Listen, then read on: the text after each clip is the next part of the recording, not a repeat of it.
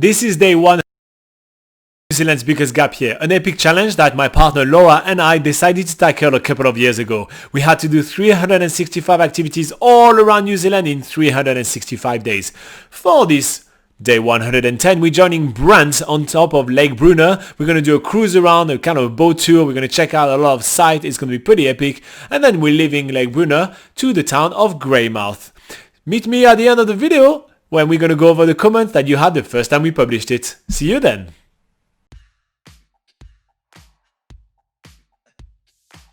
This morning we have organized to meet Brant Biddle, which is the man of the lake.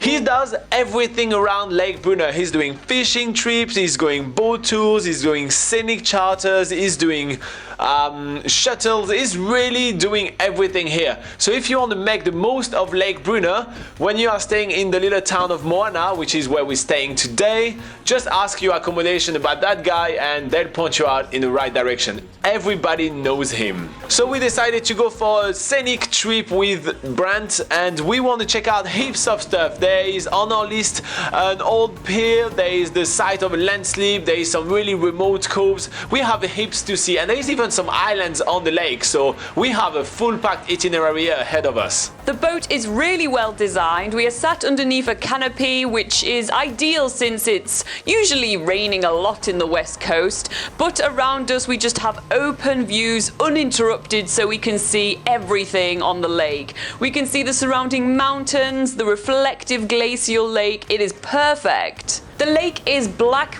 creating these perfect reflections in the water, and the reason that is because this whole lake is surrounded by rainforest, and when the tannins from the rainforest are washed into the lake, it creates this black color on it. The first stop during our trip is those two islands where the local Maori tribe used to banish people to, and this is the last place in New Zealand where there have been recorded cases of cannibalism, which is a fascinating part of the New Zealand history, and it's found just right here on the west coast where absolutely no one goes. It's crazy. Brent tells us more about the fascinating history of the lake, including Maori iwi, or tribe that used to live in the forests around here, and the guard that used to, well, obviously stand guard, could tell when intruders were coming, when birds were flying away from the forest. We learned so much here today. But the area was also subject to quite intense logging from the early English settlers.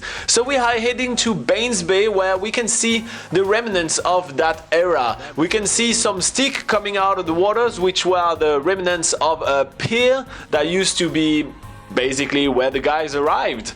And we also see the remnants of an old steam engine that was from the train, the local train there, that was helping the loggers move the massive trees of the area. But one of the most interesting features of the lake is the kahikatea trees, which are coming right out of the water. It's so unusual. There is heaps of different landscape around that lake, between this kind of mangrove forest, the massive mountains on the background, and even some beach and some islands. It's just crazy the amount of things that we get to see here. According to Brent, the lake is also one of the best spots on the west coast to fish.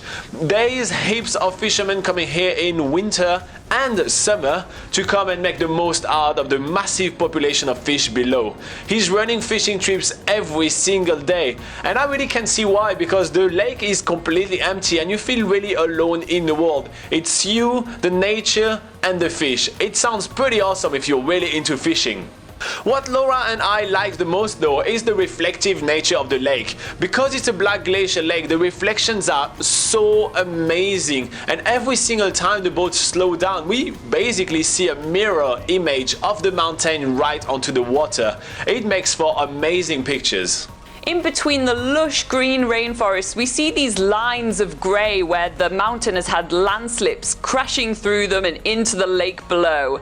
This provides a pretty awesome photo opportunity to see them so up close. It's really awesome to get a tour from a real local. Brett has been here all his life, and it really shows through. He knows everything about the lake, and every single time we have a question, he has an awesome answer for us. It really feels that the lake is his. So we are starting making our way back toward the little township of Moana, and we are already salivating because we are planning to eat something awesome. We unload off the boat and through the flax bushes to make our way back to the Lake Brunner resort, where we are going to be trying a classic Kiwi burger. And for those of you that don't know what a Kiwi burger entails, this is, well, like a burger but with beetroot and egg in it. It's kind of different, we have to say, but completely and totally delicious. It's good fuel for our trip for the rest of the day, going to Greymouth, where we are going to be staying the night and preparing for more adventures tomorrow. And tonight we're staying at Noah's Ark, which is a themed hostel with every room having an animal theme. So I'll let you guess which animal we got today.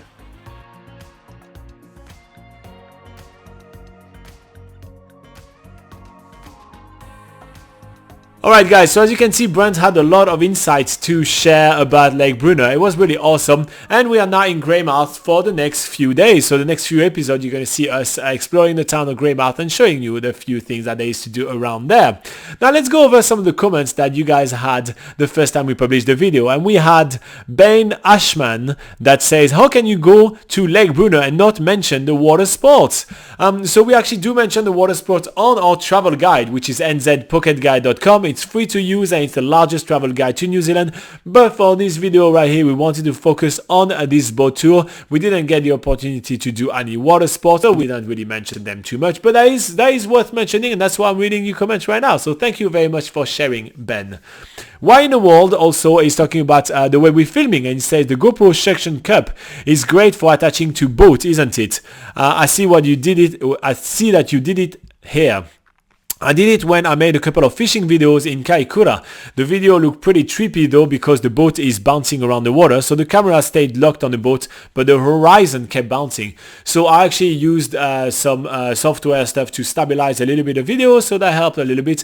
And some of the newer GoPro now, they actually have video stabilization embedded into it, so you could put them on the boat and you will have no vibration whatsoever. So yeah, that's a quick tidbit, a bit of a behind the scene of how we're filming the videos. We usually have a couple of GoPros running when we do tours, and also we had one on hand, and Laura is using a DSLR for being able to zoom and kind of film a little closer. But we focus a lot on taking photos. One of the main reasons we did New Zealand's Biggest Gap Year was to gather enough footage to be able to actually illustrate New Zealand's largest travel guide, which is nzpocketguide.com. So here you go, a ton of photos were taken as well, thousands and thousands. Alright, so in the meantime, thank you very much for watching. We're going to be gone now. That's the end of this video. You can like and subscribe if you want to. You can join us during our live session if you want to. We have a ton of more videos on the channel. So be part of the gang and share your knowledge with everybody. Comment below, do all that kind of jazz. And we'll see you next time. Thank you very much. Bye bye.